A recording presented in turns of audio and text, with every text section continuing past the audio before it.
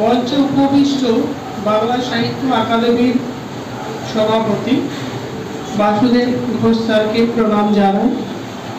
সেই সঙ্গে বঙ্গরত্ন প্রমোদ কাকু, শিলাদি, সবাইকে আমার আন্তরিক ভালোবাসা, শ্রদ্ধা এবং এই হাউসে যতজন আছেন, যতজন কবিরা আছেন, সবাইকে আমার ভালোবাসা জানিয়ে আমার ক্ষুদ্র কবিতা শুরু করছি।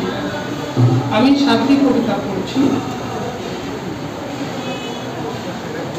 এটা একটি গদ্য কবিতা। धरती आबा बिरसा मुंडा।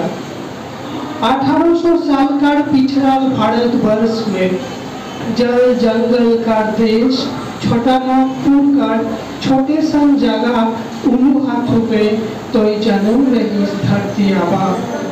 आदमी मान के गोठ करेक ले, अपन हक अधिकार अदाय करेक ले, तो इंग्लिश मान से लड़ाई कर रही। उमान का विरुद्ध में उलगुला छेड़ रही।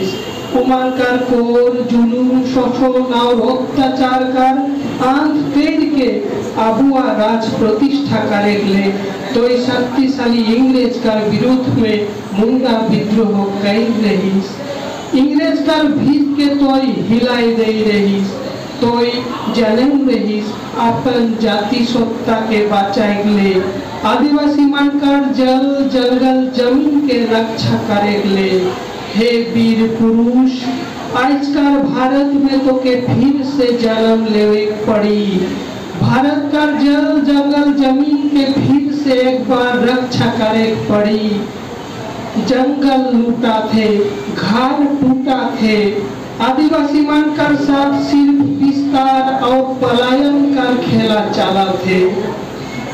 तो के फिर से जन्म लेवे पड़ी, तो के फिर से जन्म लेवे पड़ी धरती आबा वीर बिरसा मुंडा। एर बांग्ला अनुवादটি হচ্ছে এরকম।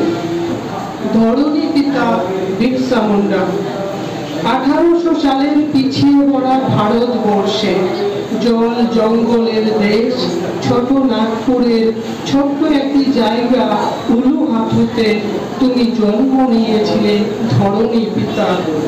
মানুষকে একজোট করবার জন্য, আপন হক অধিকার আদায় করবার জন্য তুমি ইংরেজদের সাথে লড়াই করেছিলে, তাদের বিরুদ্ধে উলগুলান করেছিলে, তাদের কোর জুলুম শোষণ আর অত্যাচারের সমাপ্তি করে তুমি আবুয়া রাজ প্রতিষ্ঠা করবার জন্য শক্তিশালী ইংরেজদের বিরুদ্ধে মুন্ডা বিদ্রোহ করেছিলে। ইংরেজদের ভিতকে তুমি নাড়িয়ে দিয়েছিলে, তুমি জন্ম নিয়েছিলে আপন জাতিসত্তাকে বাঁচাতে, আদিবাসীদের জল জঙ্গল জমিনকে রক্ষা করতে। হে বীর পুরুষ, আজকের ভারতে তোমাকে আবার জন্ম নিতে হবে। ভারতের জল জঙ্গল জমিনকে আবার একবার বাঁচাতে হবে।